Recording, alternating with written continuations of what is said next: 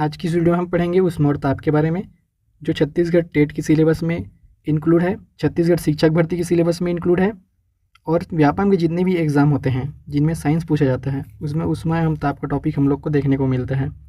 तो ये जितने भी एग्ज़ाम हैं जहाँ साइंस में ऊष्मा और ताप इंक्लूड है उन सभी के लिए बहुत ज़्यादा इंपॉर्टेंट होने वाला है। इसे हम पार्ट वाइज पढ़ेंगे। ये हमारा पहला पार्ट रहेगा और प्रत्येक पार्ट के बाद हम छोटा सा MCQ सीरीज़ रखेंगे जिसे हम चेक कर पाए कि हमने जो पढ़ा है वो हम सॉल्व कर पा रहे हैं कि नहीं। तो वीडियो को देर न करते हुए स्टार्ट करते हैं। तो सबसे पहले हम जानेंगे कि ऊष्मा क्या होता है। ऊष्मा एक ऊर्जा है जो तापांतरण के कारण एक पिंड से दूसरे पिंड में प्रवाहित होता है। इसको मैं अच्छे से समझाऊं तो मैं एक पिंड लेता हूं जो है गर्म और एक दूसरा पिंड लेता हूं जो है ठंडा।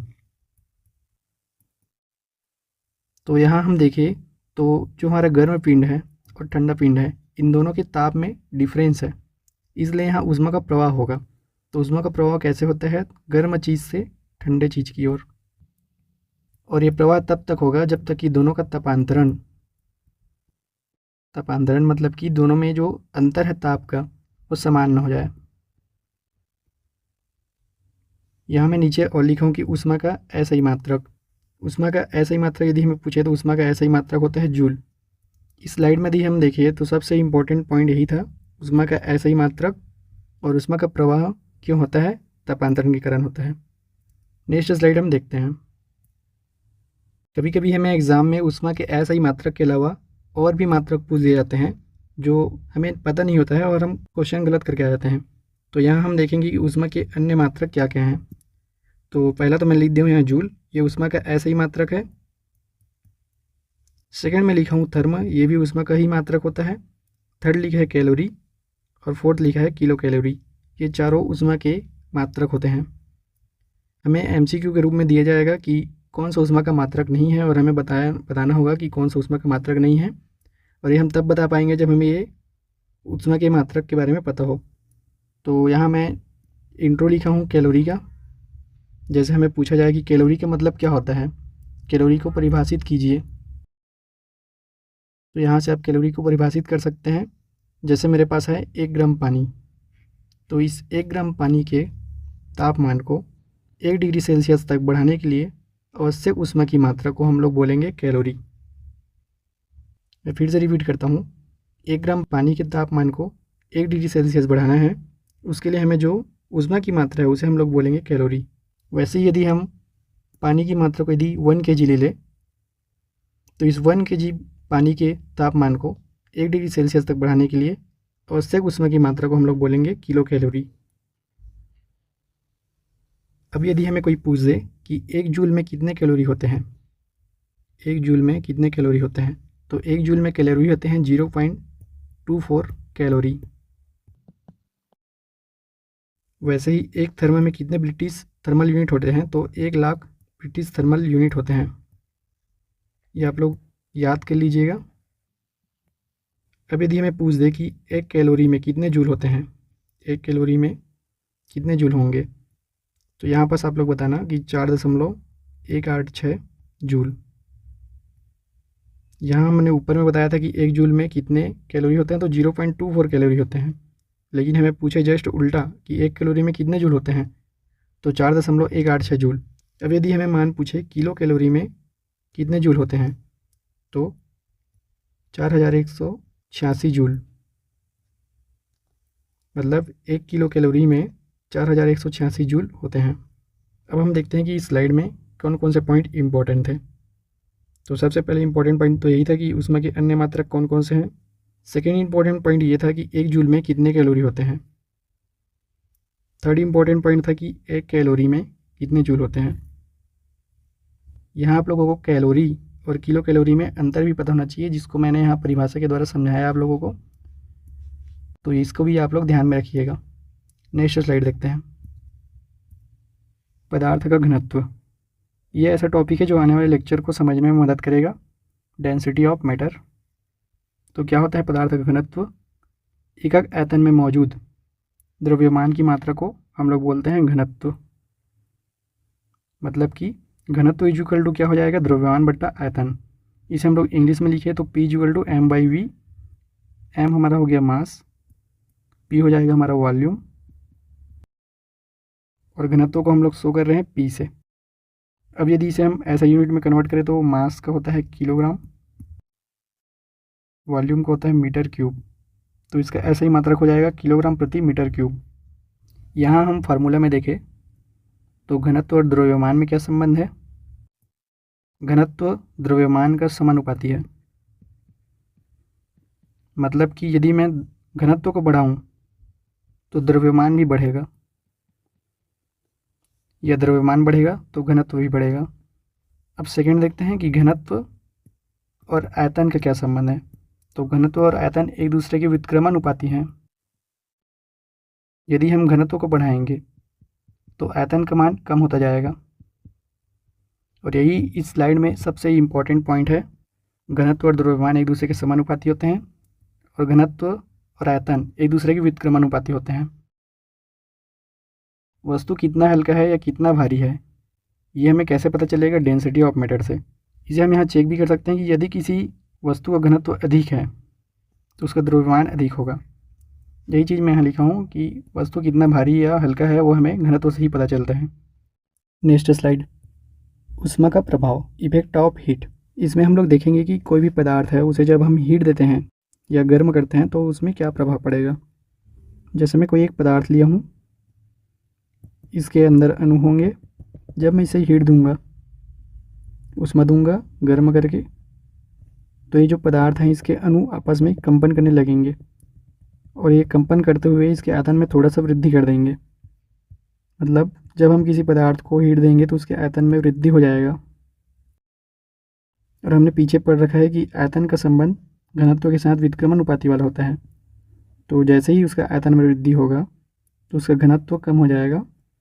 तो यही चीज़ मैं ऊपर लिख दिया हूँ कि जब हम किसी पदार्थ को गर्म करते हैं तो उसके आयतन में वृद्धि होता है, लेकिन उसका घनत्व कम हो जाता है। ये सारे पदार्थ में लागू होगा। सिर्फ जल के केस में हम लोग कुछ अनियमितता देखेंगे, जिसे हम नेक्स्ट स्लाइड में देखेंगे। यहाँ पर सबसे ज़्यादा इम्पोर्टेंट यही था कि कोई भी पदार्थ को जब हम गर्म करेंगे तो उसका आयतन बढ़ेगा और उसके घनत्व में कमी आएगा, लेकिन जल के साथ ऐसा नहीं होगा, जिसे हम लोग नेक्स्ट स्लाइड में देखेंगे।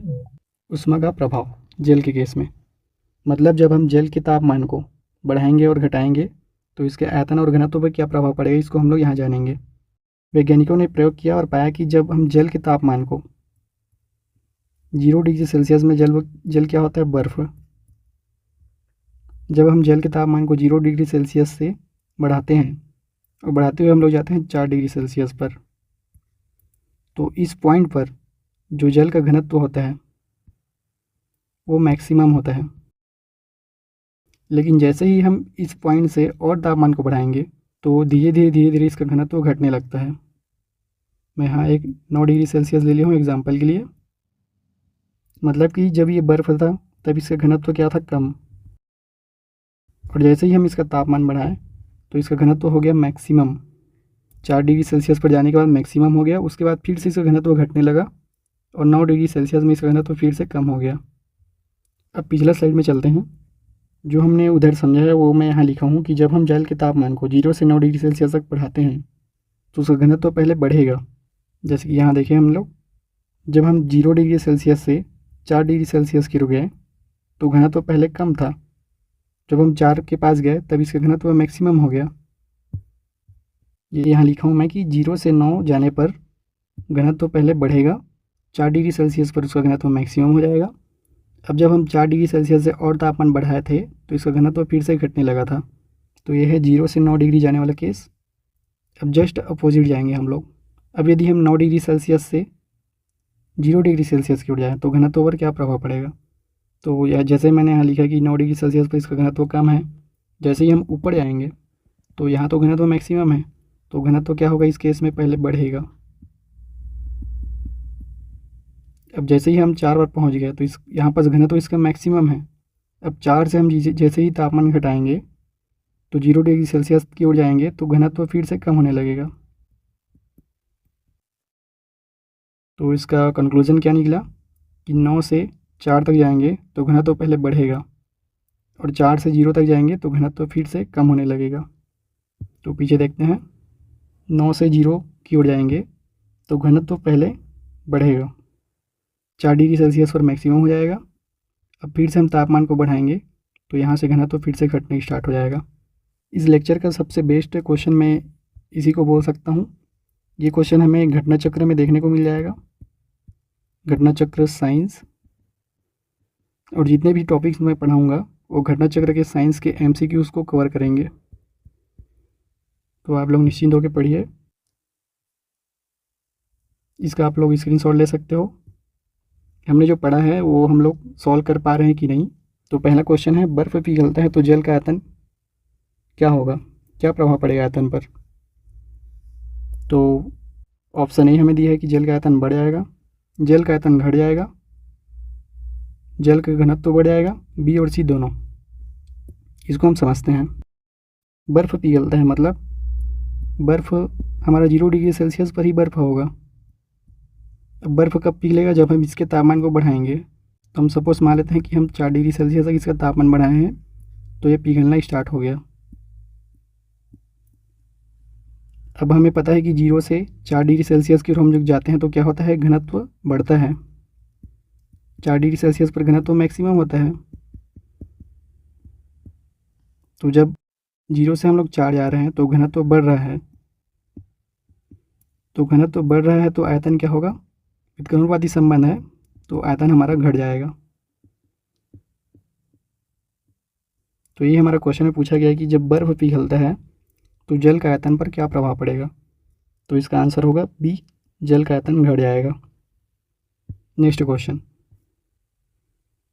क्वेश्चन नंबर 2, जल का आयतन सबसे कम किस तापमान पर होता है। ये तो हम पीछे ही पढ़ लिए कि जल का घनत्व मैक्सिमम होता है 4 डिग्री सेल्सियस पर। चूँकि घनत्व और आयतन एक दूसरे के व्युत्क्रमानुपाती होते हैं, इसलिए यदि घनत्व मैक्सिमम है 4 डिग्री सेल्सियस पर तो आयतन यहाँ पर मिनिमम हो जाएगा। तो हमारा क्वेश्चन का आंसर ये वाले का होगा, जल का घनत्व सबसे कम किस ताप पर होता है, तो 4 डिग्री सेल्सियस पर।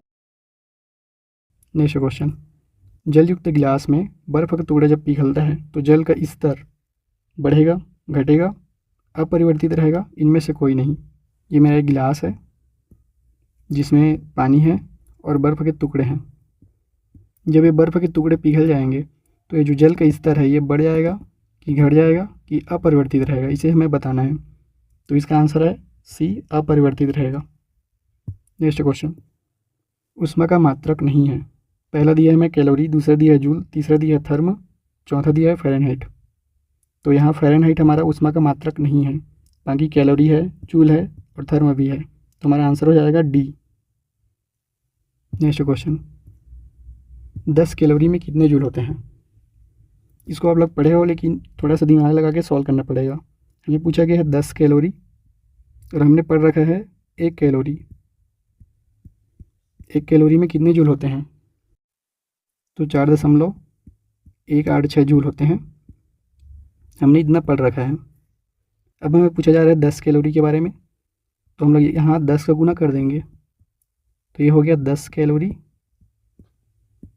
10 कैलोरी में होते हैं 41.86 जूल। इन दोनों को गुना करेंगे 10 और 4.186 को, तो हमें मिल जाएगा 41.86 जूल। यदि इसी क्वेश्चन को मैं आगे बढ़ाऊँ और यहाँ मैं लिख दूँ कि 100 कैलोरी में कितने जूल होते हैं, तो आप लोग क्या करेंगे कि जैसे हम लोग यहाँ 10 का गुना किए तो हम लोग यहाँ दोनों तरफ 100 का गुना कर देंगे, तो हमें आंसर उस केस में मिल जाएगा 418.6 जूल। तो इस तरह से कैलोरी को जूल में कन्वर्ट करते हैं। एक सिंगल मान को याद करके हम बहुत सारे क्वेश्चन सॉल्व कर सकते हैं। एक इम्पॉर्टेंट सूचना है, ये हमारा था वीडियो 1, इसके बाद मैं वीडियो 2 लाऊंगा, वीडियो 3 आएगा। आप लोग लाइन से इसका नोट्स बनाइए और साथ में आप लोग MCQ को भी लिख लीजिए। आप लोग एक बुक लेना, घटना चक्र साइंस, और जितने भी टॉपिक मैं पढ़ा रहा हूँ यहाँ, इसके बाद अन्य टॉपिक भी लाऊंगा, और जितने भी टॉपिक मैं पढ़ा रहा हूँ साइंस के उसको नोट्स बना लीजिएगा और यहाँ घटना चक्र साइंस से MCQ सॉल्व करके देखिएगा। ये आपके CG टेट के लिए बहुत ही ज़्यादा हेल्पफुल रहेगा। साथ ही साथ जितने भी एग्ज़ाम होते हैं जैसे CGPSC के साइंस हो गए, उन सब में आप क्वेश्चन को हैंडल कर पाएंगे। इस वीडियो का जो PDF है उसे मैं अपने टेलीग्राम चैनल पर अपलोड कर दूंगा, जो कि फ्री ऑफ कॉस्ट रहेगा, जिसे देखकर आप अपने नोट्स कंप्लीट कर सकते हो। यदि आप लोगों को नोट्स नहीं बनाना है तो आप लोग मेरे से कॉन्टेक्ट कर सकते हो। आप लोगों को PDF नोट्स अवेलेबल करा दिया जाएगा, जिसके लिए आपको 50 रुपीज़ पेमेंट करने होंगे। आप लोग मुझसे कॉन्टेक्ट करने के लिए मेरे इस नंबर पे मैसेज कर देना हाय करके। यदि वीडियो अच्छा लगा हो तो चैनल को सब्सक्राइब कीजिएगा। Thanks for watching.